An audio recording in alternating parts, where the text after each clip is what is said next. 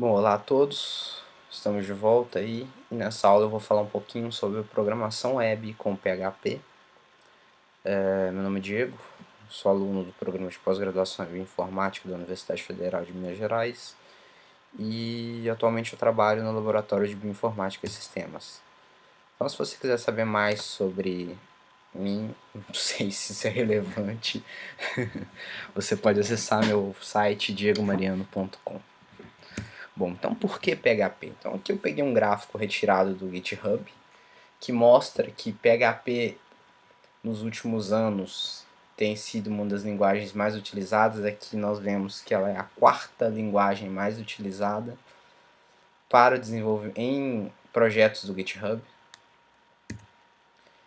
E antes da gente começar a falar do PHP, vamos falar sobre estruturas da web. Então, como é que um website funciona? Então, para um website funcionar, ele precisa de um endereço, né, claro, e de um navegador. Não estamos falando do Pedro Álvares Cabral, do Cristóvão Colombo. Um navegador são chamados browsers, são os softwares que serão utilizados para acessar as páginas da web.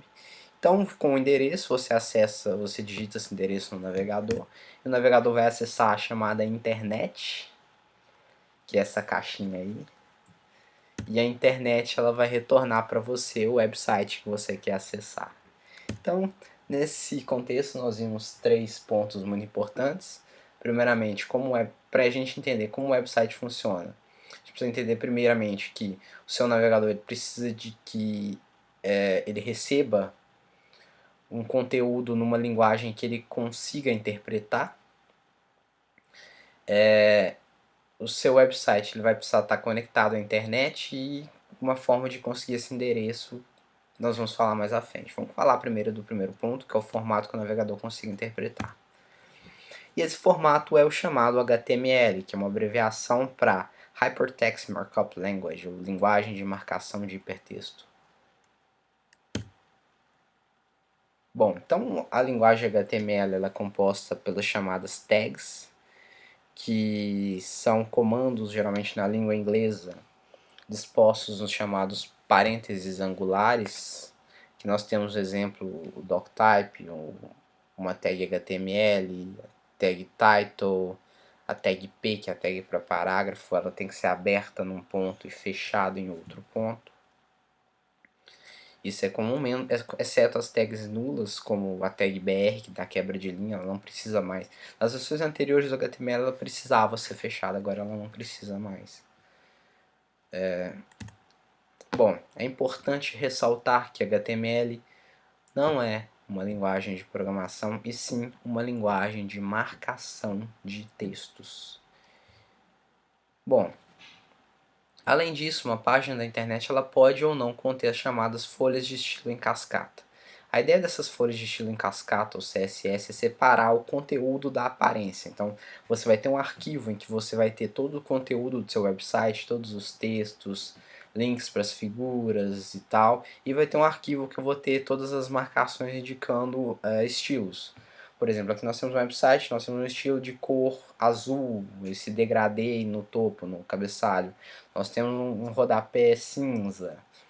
Nós queremos que a fonte da palavra sobre seja azul. Então, tudo isso é declarado no nosso arquivo de aparência, que é o arquivo CSS, e todo o conteúdo, os textos, são declarados no arquivo HTML. Então, o segundo ponto para nós entendermos como o website funciona é que o nosso website, se a gente quer ter um website na internet, esse website ele tem que estar num computador que está ligado o tempo todo à internet. Tá? A internet não é aquela caixinha preta que eu mostrei no começo. A internet é uma coisa muito mais complexa. É uma piada interna, desculpa. Então, para a gente entender isso, nós precisamos compreender o paradigma cliente-servidor. No paradigma cliente-servidor, nós temos uma máquina cliente, que é você na sua casa, no seu computador, no seu navegador. Você vai fazer o requisito até um servidor que pode estar numa rede local, pode estar numa rede distante. Vai fazer um pedido e esse servidor vai te retornar uma determinada informação.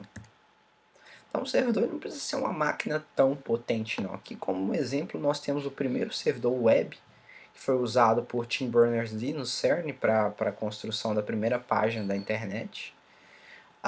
O único ponto importante para esse servidor é que ele tem que estar conectado à internet o tempo todo. Então, porque toda vez que uma pessoa quiser acessar um website que ele está armazenando, é um servidor web, por exemplo. Então, toda vez que alguém quer acessar um website que ele está armazenando, ele tem que estar ligado, porque ele vai ter que receber essa requisição e retornar a página para a pessoa. Então, para que um computador possa armazenar um website, ele deve possuir um serviço de armazenamento de páginas na web, que é o protocolo HTTP, que será acessado pelo protocolo HTTP. Então, por isso que ele é chamado de servidor, porque ele possui um serviço. Vocês compreenderam? Então, existem alguns servidores famosos. Aqui eu trouxe dois exemplos, que é o Apache e o IIS da Microsoft. O servidor mais utilizado no mundo é o servidor Apache, porque é um servidor gratuito. Se eu não me engano, o IIS, eu não sei se ele é gratuito, mas eu não tenho certeza. Mas o Apache, eu creio que mais da metade de todos os servidores no mundo utilizam o Apache. Bom, por fim, para você ter um website, para você entender como o website funciona, você precisa ter um endereço. Cada computador conectado à internet ele possui um chamado endereço de IP, que não passa de um número. Então aqui nós temos um exemplo, 201.34.30.7. É como se fosse a sua casa, você tem um CEP que vai identificar onde você mora. Então o endereço de IP vai identificar a máquina.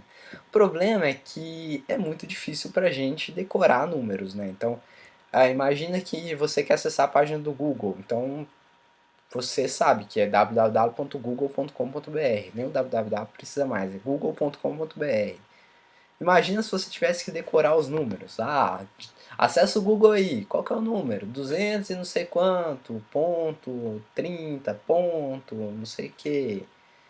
Na verdade, tem um servidor DNS do Google que é bem simples, é 8.8.8.8. Mas aí, o que é esse tal de servidor DNS? Esse servidor DNS ele veio para facilitar a nossa vida.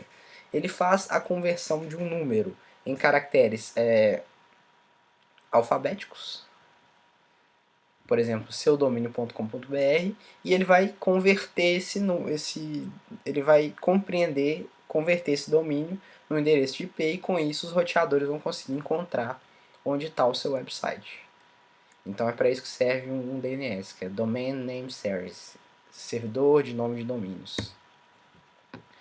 No Brasil, o órgão responsável pelo registro de domínios é o registro.br. Então, se você quer registrar um domínio, você quer ter seu nome.com.br, você vai no registro.br.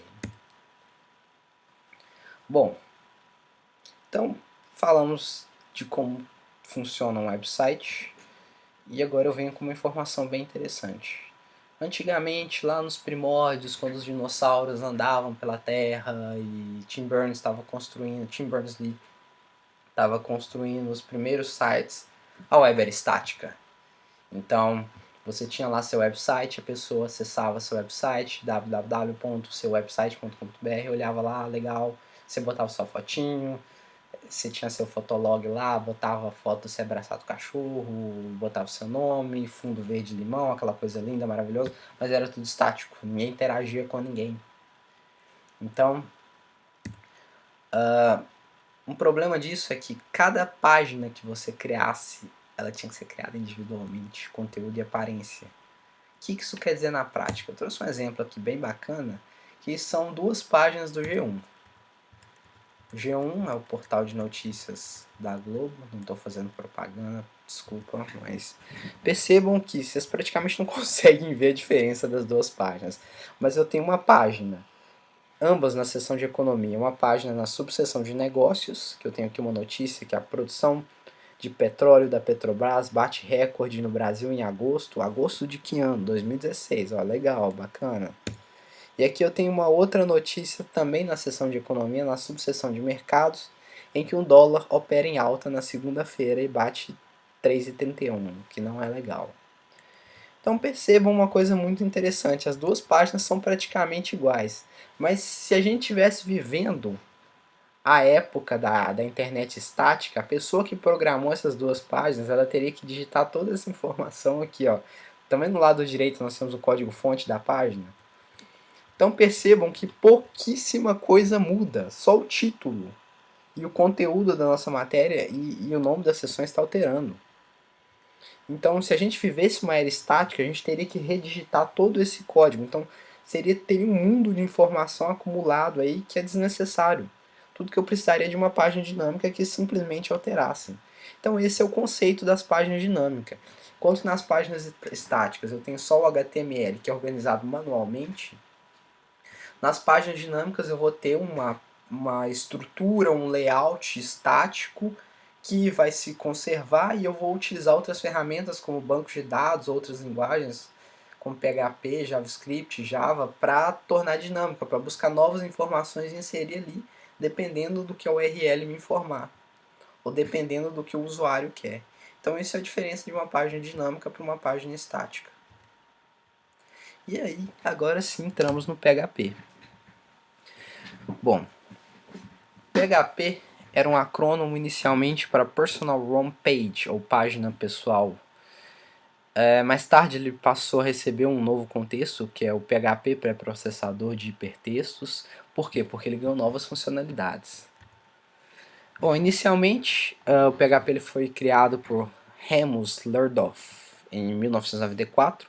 A ideia dele era simplesmente substituir o Perl para aplicações web, só que mais tarde ele foi reescrito por uma equipe. Dentre eles eu destaco Zev e Andy Gutmans, que na versão PHP 4 praticamente reescreveram todo o PHP, reescreveram toda a história do PHP. O PHP ele era escrito baseado em Perl, ele passou a ser baseado em outras linguagens e passou a ganhar um interpretador PHP que convertia, lia um script e gerava páginas HTML. E ele só se tornou estável a partir da versão... Mentira, cada versão teve sua versão estável, mas as versões estáveis mais recentes são as chamadas 5.6 e atualmente a versão 7 surgiu, que são as versões mais utilizadas.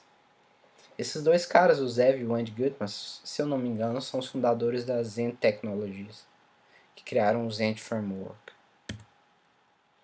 Bom, para destacar, para falarmos um pouquinho mais sobre o PHP. PHP é uma linguagem web, é uma linguagem interpretada, ela é gratuita, de código-fonte aberto, com suporte e orientação a objetos, e principalmente ela é server-side, ou seja, enquanto o cliente está lá na casa dele, no navegador dele, acessando, requisitando informações, o PHP ele está dentro de um servidor e junto com uma base de dados ele opera toda a magia do PHP por trás e retorna a página HTML para o cliente. Então na prática nós vemos aqui, ó, no centro um computador do cliente que solicita a grande internet uma página, o servidor web, no caso o Apache, ele vai receber a solicitação e vai perguntar, ué, será que é uma página PHP? Se é uma página PHP, ele chama o interpretador PHP e ele executa essa página e retorna o HTML que é enviado para o cliente. Então é assim que o PHP funciona.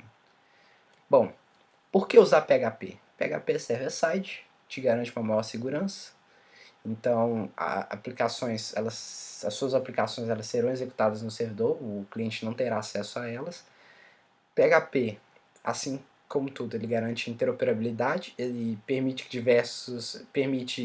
diversas pessoas acessem a sua página porque ele é web. Porque ele é web. Estamos vivendo a era da mobilidade. Então, hoje em dia,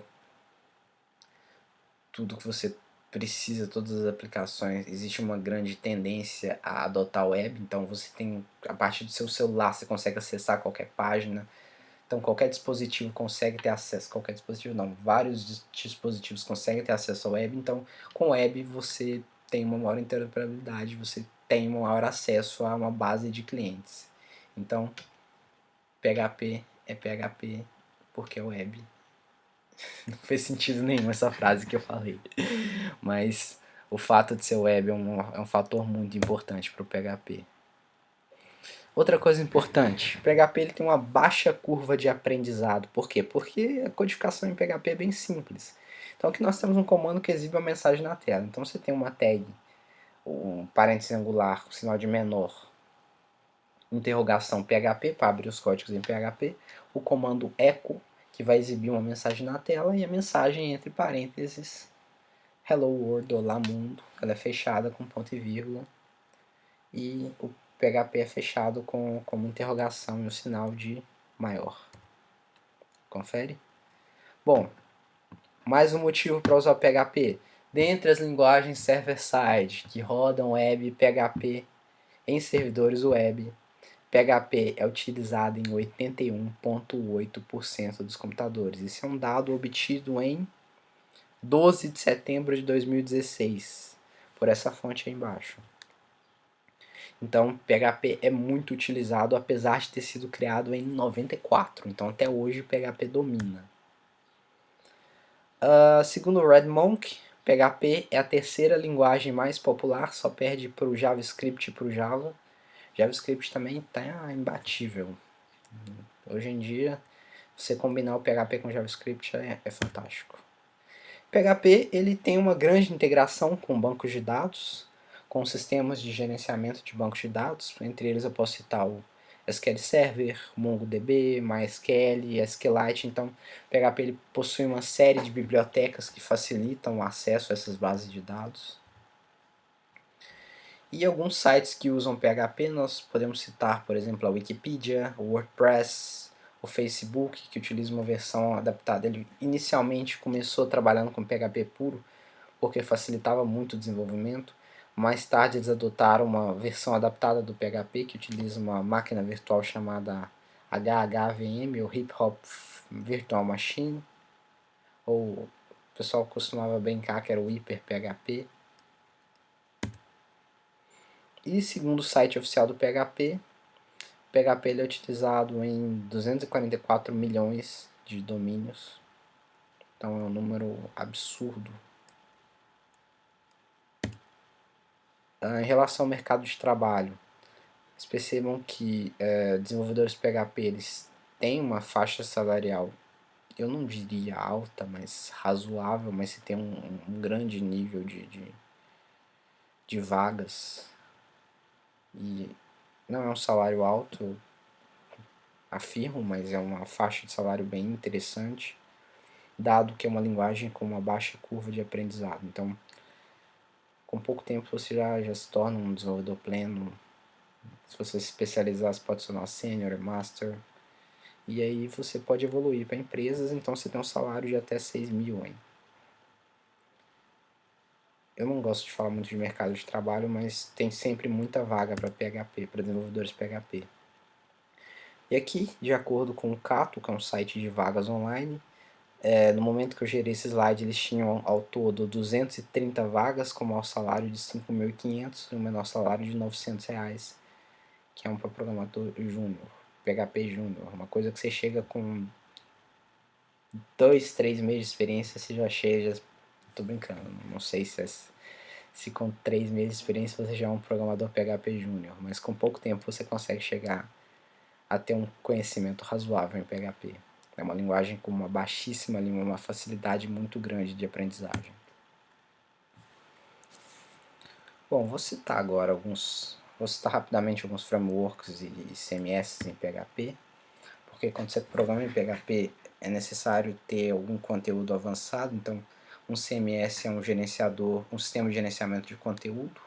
Ele contém um website pré-estruturado que permite a fácil edição de conteúdo através de uma interface amigável e não requer grande conhecimento de programação. Então são o WordPress e o Joomla. Eles são gerenciadores de conteúdo, os sistemas de gerenciamento de conteúdo mais famosos que existem. O Joomla ele é muito utilizado em lojas virtuais, em blogs. E o WordPress é o CMS mais utilizado no mundo, tanto para a criação de blogs quanto para sites profissionais. Por quê? Porque ele tem uma vasta coleção de plugins e temas e um painel de controle muito fácil de mexer. E aqui uma estatística bem interessante. É estimado que 4,5% de todos os websites que estão na internet utilizam o WordPress. Então o WordPress ele possui uma base estrutural muito interessante e você consegue construir um website sem precisar ter um conhecimento muito grande de programação. E hoje em dia você tem uma grande quantidade de vagas para desenvolvedores de temas para WordPress. Então é isso, você tem que ter um conhecimento muito grande, mas as pessoas compram temas. E aqui o painel de controle do WordPress, vou mostrar como é uma coisa simples, e onde você pode comprar temas. Tem o chamado Theme Forest, que tem uma coleção vasta de temas, a preços muito baratos, então $4 você compra um tema e já consegue editá-lo. Problemas do CMS, que modificação nos temas são bem complicados. O WordPress ele tem o Codex, que é uma documentação, é bem elaborado, mas é um pouco mais complicado de aprender. E quando você usa uma quantidade grande de plugins no seu site, isso pode deixar ele lento. E os plugins, com o tempo, eles vão se desatualizando, então você precisa constantemente ficar alterando eles. Bom, além dos CMS, nós temos os chamados frameworks, que são bibliotecas que contêm funcionalidades genéricas que facilitam o desenvolvimento de software. Então, por exemplo, a funcionalidade básica é uma proteção contra a SQL injection. Então, para quem viveu os primeiros websites dinâmicos, você tinha um formulário, tinha uma época que, por exemplo, você tinha um formulário de acesso a um sistema e o pessoal digitava um código lá e conseguia acessar, por exemplo, uma página de login sem saber uma senha. Era o chamado SQL Injection. Então, hoje em dia, todo framework já vem com funções básicas que protegem contra SQL Injection. Os frameworks eles funcionam nos chamados modelo MVC, que é o Model View Air Controller. Então você tem um model que tem esse acesso aos bancos de dados, o view são as interfaces dos usuários e os controladores que recebem as chamadas via URL e acessam os bancos de dados e retornam para as visões. Frameworks famosos eu posso citar o Zend, CodeIgniter, CakePHP e o Laravel, que é o favorito de todos hoje em dia. Por que é o favorito? É o framework mais popular. Então, sobre o PHP, isso é tudo que eu vou falar por enquanto. Então, continue assistindo, espero que você tenha gostado. Valeu!